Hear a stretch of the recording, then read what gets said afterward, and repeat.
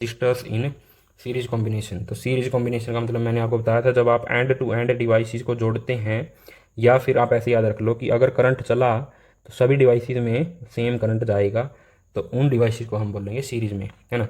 तो when two or more registers are connected end to end the arrangement is called series combination. तो जब registers को हम and to and, ये इसका एंड है और ये इसके एंड है और ये नेक्स्ट के एंड है, तो इनको एंड टू एंड हमने जोड़ दिया, इस अरेंजमेंट को हम बोलते हैं सीरीज कॉम्बिनेशन। इस सीरीज कॉम्बिनेशन में जो कितनी टोटल रेजिस्टेंस बनी इन तीनों को मिला के वो कैलकुलेट करते हैं। अब हम क्या करते हैं, एक बैटरी से कनेक्ट कर दिया, है ना, तभी तो करंट इसमें फ्लो करेगा। अब इसमें क्या करने लग गया, करंट फ्लो करने लग गया, और यहाँ पे इसको ऑन कर दिया हमने की को। तो amount of current through all the resistors connected in series is same. तो ये हमने क्या पढ़ा है कि ये जो करंट चला है आई, ये इसमें भी जाएगा, इसमें भी जाएगा, इसमें भी जाएगा, तो सभी में सेम करंट चला गया, है ना। तो क्या चला गया, सभी में सेम करंट, कितना, आई। लेकिन जो पोटेंशियल डिफरेंस है इसमें अलग है, इसमें अलग है, इसमें अलग है, क्योंकि इनकी रेजिस्टेंस की वैल्यू क्या है, अलग अलग है। तो हमने V1 की वैल्यू निकाल ली कितनी, IR1, V2 की वैल्यू हमने निकाल ली IR2, V3 की वैल्यू हमने निकाल ली IR3। आपको पता है V is equal to IR होता है, तो V इज इक्वल टू ये I और R, ये तीन वैल्यू। अब टोटल कितनी है, V है, तो V is equal to V1 plus V2 plus V3 total. तो टोटल वोल्टेज है कितनी, V1 plus V2 plus V3, और वो किसके बराबर होगी, ये जो हमने लगाई हुई है इधर। तो V is equal to V1 plus V2 plus V3, इनको हमने ऐड कर दिया, और जैसे ही हम इनकी वैल्यू पुट करते हैं तो ये किसके बराबर होता है, IR, V is equal to IR। तो ये जो तीनों वैल्यू हैं वो हमने यहाँ इधर लिख दी। V1 की वैल्यू IR1, V2 की वैल्यू IR2, V3 की वैल्यू IR3। अब इन तीनों में से I की वैल्यू हमने कॉमन निकाल ली इधर, ये बच गया R1 plus R2 plus R3, और इस I से ये I कर दिया कैंसिल, तो इस साइड बच गया R, और ये हो गया R1 plus R2 plus R3। इसका मतलब कि अगर हम रजिस्टर्स को सीरीज कॉम्बिनेशन में जोड़ देते हैं तो उनको हम सिंपली अगर ऐड करेंगे तो हमें टोटल रेजिस्टेंस उस सर्किट की मिल जाएगी। अगर मैं बोलूँ कि मैंने यहाँ पे लगा दिया एक पंखा, यहाँ पे लगा दिया एक कूलर, और यहाँ पे लगा दिया एक AC, तो अगर मैं इस पूरे सर्किट की क्या निकालना चाहता हूँ, रेजिस्टेंस, तो हमें उन तीनों की रेजिस्टेंस को सिंपली ऐड कर देना है और हमारे सर्किट की रेजिस्टेंस आ जाएगी टोटल। लेकिन अगर हम पैरेलल में जोड़ देते हैं इनको, पैरेलल का मतलब करंट की वैल्यू चेंज होगी। जैसे कि ये देखो, ये करंट चला इधर से, ये इधर आया, जैसे ही इस पॉइंट पे आएगा तो यहाँ पे कुछ करंट चला गया, यहाँ पे नीचे कुछ करंट चला गया, इसके अंदर कुछ करंट चला गया, तो तीनों रजिस्टर्स में जो करंट की वैल्यू है वो तो अलग अलग है ना। Voltage drop across all the register is same, लेकिन V की वैल्यू यहाँ पे होती है सेम। इसमें भी V की वैल्यू V है, इसमें भी V है, इसमें भी V है, तो ये वैल्यू सेम रहेगी तीनों में। तो यहाँ पे आप किसकी वैल्यू निकालोगे, जिसकी वैल्यू अलग अलग हुई, जिसकी वैल्यू अलग अलग हुई। यहाँ पे हमने किसकी वैल्यू निकाली थी, V की वैल्यू, है ना।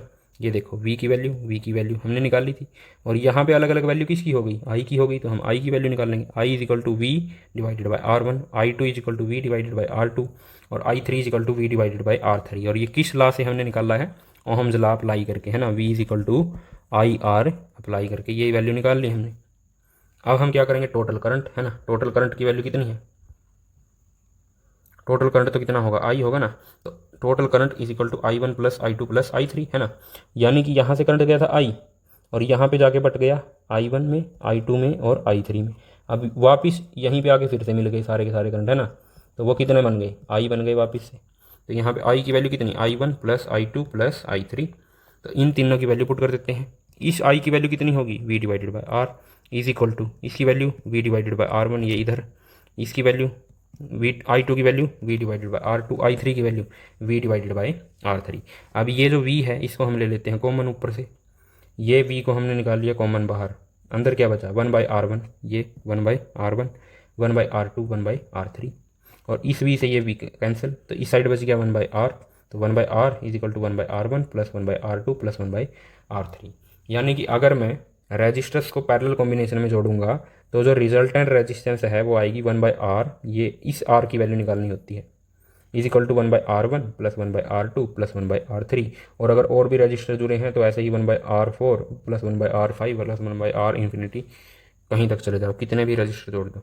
अब क्या है, equivalent resistance of series combination is greater than the largest resistance in the combination. इसको एग्जाम्पल से समझते हैं। मान लेते हैं मैं 2 रजिस्टर या 3 रजिस्टर ले लेता हूँ, 1, 2 और 3, ये 3 रजिस्टर मैंने ले लिए। इसकी वैल्यू है 2, इसकी वैल्यू है 1, इसकी वैल्यू है 3। तो इसने बोला equivalent resistance of series combination is greater than the largest resistance. Largest resistance कितनी है? 3, है ना। इक्विवेलेंट रेजिस्टेंस का मतलब रिजल्टेंट रेजिस्टेंस जब हम निकालेंगे तो ये जुड़े हैं किसमें? सीरीज में। तो सीरीज में जब होते हैं तो रिजल्टेंट रेजिस्टेंस कितनी होती है? 2 + 1 + 3, है ना। ऐसे ही होती है ना, R1 + R is equal to R1 + R2 + R3। तो R की वैल्यू कितनी आई हमारे पास? 2 + 1 + 3 इज इक्वल टू 6 ओहम। तो इसने स्टेटमेंट में बोला है इक्विवेलेंट रेजिस्टेंस जो आई है हमारी कितनी? 6 ohm of series combination is greater than the largest resistance in the combination. तो इस कॉम्बिनेशन में जो लार्जेस्ट रेजिस्टेंस है वो कितनी है? 3 ओहम। इससे हमेशा ही ज़्यादा होगा इक्विवेलेंट रेजिस्टेंस। और इसका उल्टा है किसमें? पैरेलल कॉम्बिनेशन में। Equivalent resistance of parallel combination is smaller than the smallest resistance. अगर मैं उन तीनों को ही किस किस को, एक तो 2 ओहम लिया था हमने, एक लिया था 1 ओहम और एक लिया था 3 ओहम। अगर मैं इन तीनों को ही पैरेलल में जोड़ दूँ, ये है 2, ये है 3, ये है 1। अब मैंने इनको जोड़ दिया पैरेलल में। सबसे छोटी रेजिस्टेंस कौन है? सबसे छोटी तो 1 है ना। पहले हम इनकी इक्विवेलेंट रेजिस्टेंस निकालते हैं। 1/R is equal to 1/R1 + 1/R2 + 1/R3 करके, तो 1/R इज इक्वल टू 1/2 + 1/3 + 1/1, है ना। 1 को क्या लिखोगे? 1/1 ही लिख देंगे। अब इसकी वैल्यू निकाल लो आप। एलसीएम कितना है इसका? 6। तो यहाँ पे आया 3, यहाँ पे आया 2, यहाँ पे आया 6। तो ये आया 1/R की वैल्यू। तो इसको सोल्व कर लो। 1/R इज इक्वल टू 6 + 3 9 और 2 11/6। तो यहाँ पे हमें वैल्यू निकालनी है R की। ये वैल्यू आई है हमारे पास 1/R की। तो हम इसको क्या कर देंगे? ऊपर लेके जाएंगे, रिवर्स कर देंगे। तो इसको भी रिवर्स कर देंगे हम। तो कितनी वैल्यू आई? तो यहाँ से हमारी वैल्यू जो आई वो आई R इज इक्वल टू 6/11। और 6/11 को आप जब भी लिखोगे तो ये 0 पॉइंट कुछ आएगा, कोई भी वैल्यू आया यहाँ पे, है ना। 0 पॉइंट कितना आया? 5, 0.5 समथिंग ले लेते हैं इसको। तो यहाँ पे आप देखो यह आया 0.5। क्या ये 0.5 1 से छोटा है? ये सबसे छोटी रेजिस्टेंस जो थी यहाँ पे, इससे छोटा है ना ये।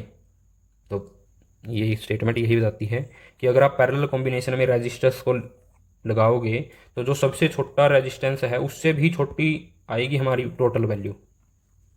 ये है एडवांटेज ऑफ पैरेलल कॉम्बिनेशन। अब जो पैरेलल कॉम्बिनेशन हमने लगाया है इसके एडवांटेज क्या है सीरीज कॉम्बिनेशन के कंपैरिजन में?